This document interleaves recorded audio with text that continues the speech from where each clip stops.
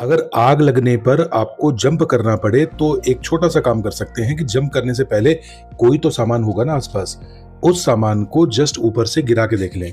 उस सामान को देखें कि आप जंप कर रहे हैं या थोड़ा सा उसको आगे फेंक के देखें कि वो कहाँ गिर रहा है, क्योंकि कई बार गलती ये होती है कि अपने को देख के फील होता है कि हम जंप करेंगे तो हम फलानी जगह पे गिरेंगे या हम किसी पर्टिकुलर जगह पे गिरेंगे, पर ऐसा होता नहीं है। आप जंप करते हैं तो आप उसमें जो है हॉरिजॉन्टल डिस्टेंस को इतना ज़्यादा, या मैं यूँ कहूँ कि ओवरऑल जो इसमें गणित है, फिजिक्स है, उसको हम नहीं समझ पाते हैं। तो किसी सामान को गिरा कर देख लें, किसी की वो सामान कहाँ गिर रहा है। इससे फ़ायदा ये होगा कि जो लोग नीचे खड़े हैं उनके पास भी कॉमन सेंस होगा, तो एग्ज़ैक्टली गद्दे वहीं रखेंगे, क्योंकि कई बार लोग गद्दे पे कूद ही नहीं पाते हैं।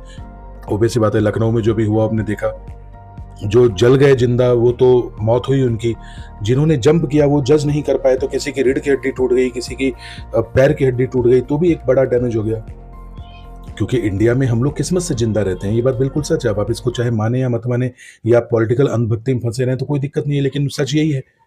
हम लोग ये कहते हैं ना, हमारे यहाँ युद्ध नहीं होता है, हमारे यहाँ युद्ध नहीं होता है, दूसरे देशों में युद्ध होता है।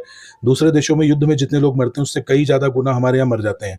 आग में जल के मरते हैं, डूब के मरते हैं, सड़क हादसों में तो मरते ही मरते हैं, जिनको तो हम काउंट ही नहीं करते। और कई ऐसे पट्टाधारी संगठन है वो इन मुद्दों पे बोलते भी नहीं है। यहाँ उनको जाति धर्म संप्रदाय खतरे में कुछ नजर नहीं आता।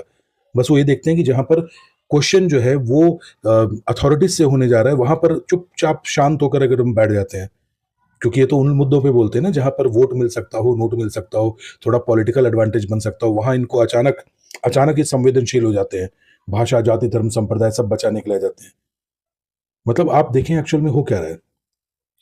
एक घटना जो है वो खत्म नहीं होती और दूसरी घटना सामने आ जाती है। जल कर मरे लोग, उससे पहले दिल्ली में जल कर मरे लोग।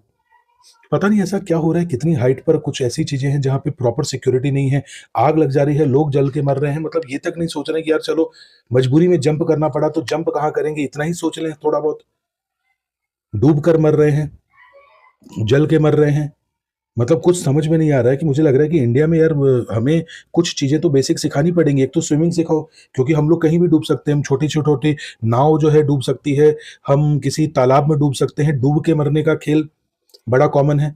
डूब के मर रहे हैं, जल के मर रहे हैं, तो मुझे लगता है कि यार बेसिक सेकंड फ्लोर से जंप करने की भी प्रैक्टिस करवाओ। अब लोगों को करवानी ही पड़ेगी। तैरने की प्रैक्टिस करवाओ। वो एक कॉमेडियन है ना विश्वारथ, जो है, जो कहता है कि swimming is the most useless skill. It is not a useless skill if you are in India. Every skill is a life saving skill. क्योंकि आप किस्मत से जिंदा रहते हैं, आपको पता ही नहीं आप क्या करेंगे। आप देखिए अभी लखनऊ में जो लोग मरे, सब यंग लोग।